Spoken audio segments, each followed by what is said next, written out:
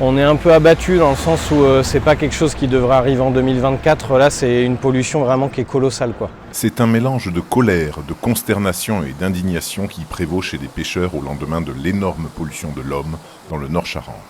Valentin Ortolan, directeur de la Fédération de pêche, annonce que l'organisme dépose plainte. A priori, l'ampleur de la pollution est quand même vraiment très importante, c'est du rarement vu et on est un peu abattu dans le sens où c'est pas quelque chose qui devrait arriver en 2024. Là, c'est une pollution vraiment qui est colossale, quoi. Si on part du point de déversement a priori en Deux-Sèvres et vu les constats qui ont été faits, c'est 10, 15, 20 km de pollution grave avec de la mortalité piscicole, donc c'est vraiment considérable. Nous, on va faire des constats, on va essayer de voir ce qu'on trouve déjà comme espèce, si ça a tué tous les stades de l'espèce, les juvéniles, les géniteurs, etc. Donc ça, c'est le premier travail qu'on va essayer de faire. Et puis après, plus tard, on aura peut-être des constats sur ce qui reste de vivant dans la rivière. Et c'est ça qui nous permettra de savoir si du coup la pollution elle a tué l'ensemble de la population ou pas, si y a un espoir que ça revienne vite ou non. Voilà. Déjà une pollution organique comme ça avec du lisier en Charente, on n'avait jamais vu avec une ampleur importante.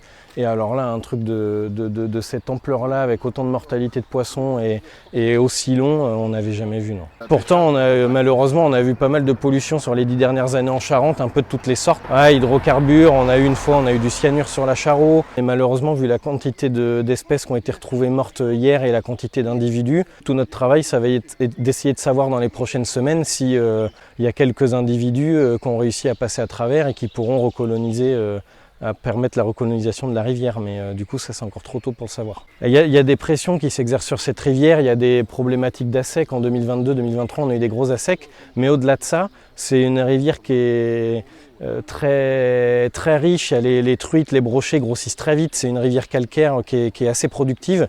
Et donc effectivement, pour nous, il y a un gros enjeu parce qu'il y a l'espèce truite fario qui se tient bien. Les crues de cet hiver avaient permis aux géniteurs de remonter sur les frayères. Il y avait de la reproduction. Et en fait, là, notre crainte, c'est que tout ait été anéanti, quoi. Ce qu'il faut bien avoir en tête, c'est que les poissons, c'est que la finalité de ce qu'on va voir. Il y a toute une vie qui est présente dans les cours d'eau, il y a des invertébrés dont se nourrissent les poissons, des petits crustacés, des gamards, etc. Et en fait, tout ce départ de la chaîne alimentaire va aussi être impacté. Et si il n'y a plus de nourriture pour les poissons, c'est pareil, hein, il y en aura. Les libellules, par exemple, a une partie de son cycle de vie qui est aquatique, qui est dans l'eau. Donc on peut imaginer qu'il y a eu des mortalités aussi sur les larves d'odonates.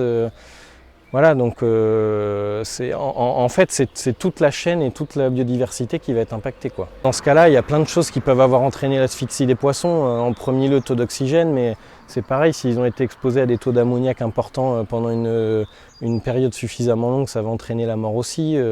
La Fédération de pêche et de protection du milieu aquatique et l'association de pêche et de protection du milieu aquatique d'Aigre, on va déposer une plainte commune.